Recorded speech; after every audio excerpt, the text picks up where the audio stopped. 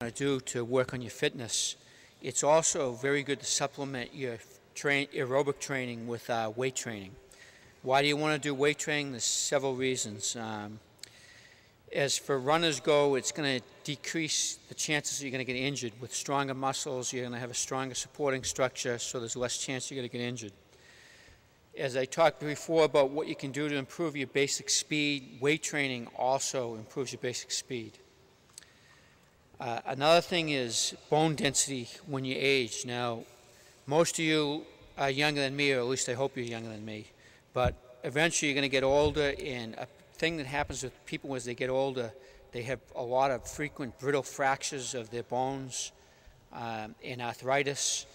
And so what you have to do is while you're young, it's important to build that bone density, especially for women prior to menopause. You want to build a solid amount of bone density heading in so that your bones are dense enough so that you don't get the problems with arthritis and brittle fracture. Running will help your bone density of your lower body, but there's nothing for your upper body, and that's where weight training comes in. Walking is good for general health and fitness, but it doesn't do anything for bone density in your legs either, so you have to either run or do lifting weights to build that bone density. And as you age, naturally, due to lack of use, your muscles are going to atrophy, and you're going to generally get weaker as you get older. You want to fight that all the way down by weight training.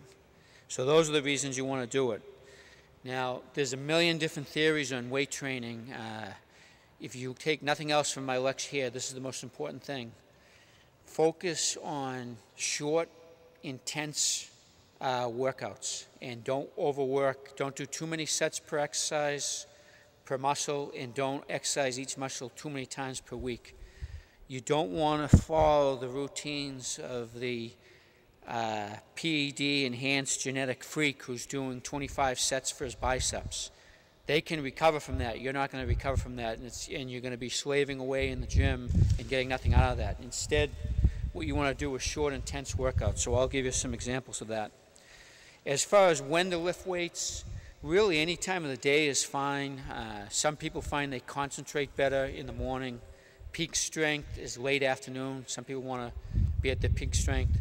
As far as aerobic exercise such as running, the one thing you don't want to do is lift weights right after running. That's the only time you don't want to, because you're not going to have the energy to do an intense enough workout to benefit from it. So the routine here is a 10-minute routine that hits different muscle groups each day, and it's a 6-day cycle.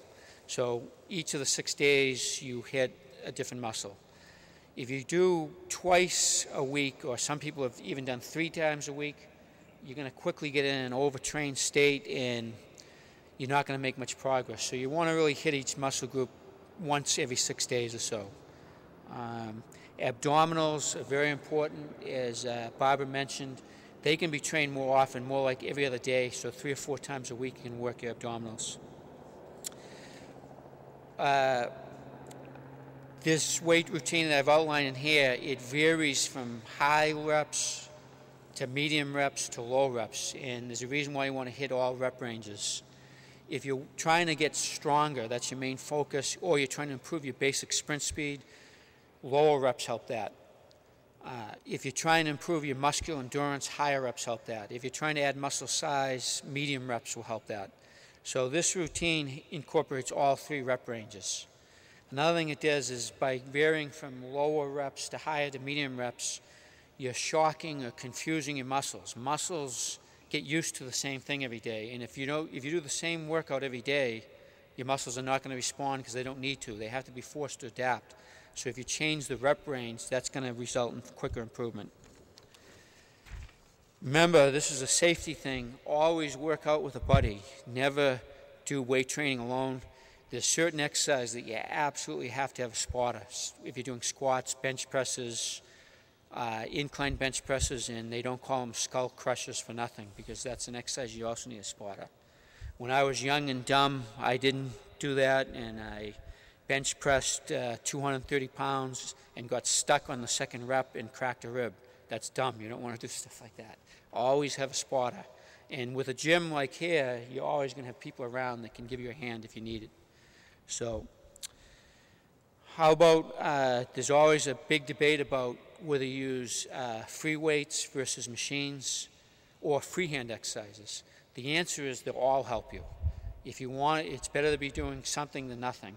Some people like freehand exercises, and there's nothing wrong with that. Push-ups, pull-ups, those are excellent exercises.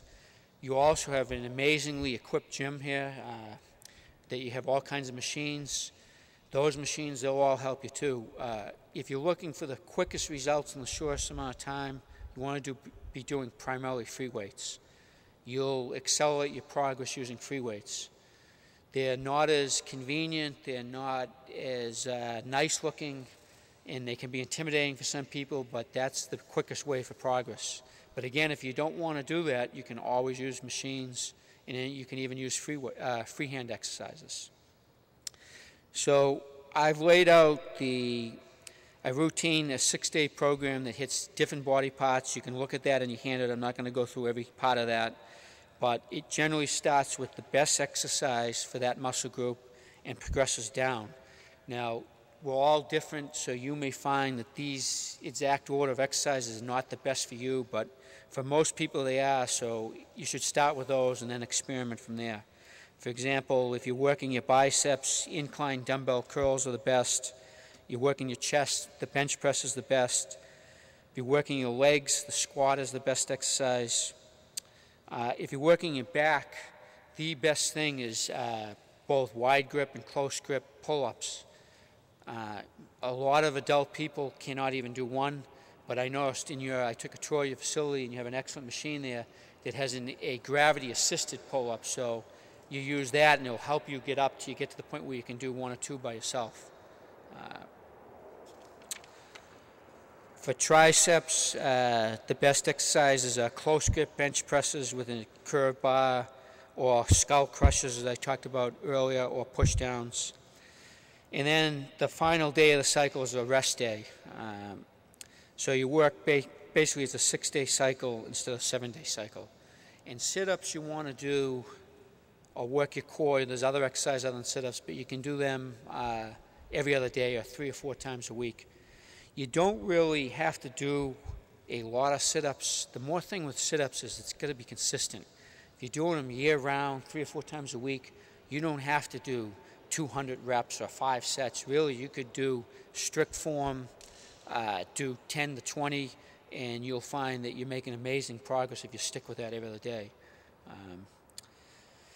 How would you set up how do you incorporate doing intense workouts instead of high volume workouts? Basically, you're going to failure. That means you're doing one set of each exercise and you're going to the point where there's no way you can get another rep. That's called going to failure. That's going to help you a lot better than doing 5 sets of bench presses where you're not going to failure in each one, because as I said, unless you're one of the using extra supplements to help you recover, you're not going to recover from doing the 5-set workout per bench press, or 20. Some do as high as 20 sets per body part. You want to stick to 3 or 4 exercises, 1 set, and you want to go to failure. And again, it's very important that you have a spotter when you're doing that. And you also, of course, want to use strict form, because most injuries in weightlifting are people who are using sloppy form. They're getting the ego in the way. They're trying to impress their buddy how much they can lift, and they're using sloppy form. So how do you incorporate varying the reps? You start out with the first exercise. I'll use the bench press as an example. Say you pick a weight that you can get 20 reps to failure. For some people that may be 50 pounds, other people it may be 100.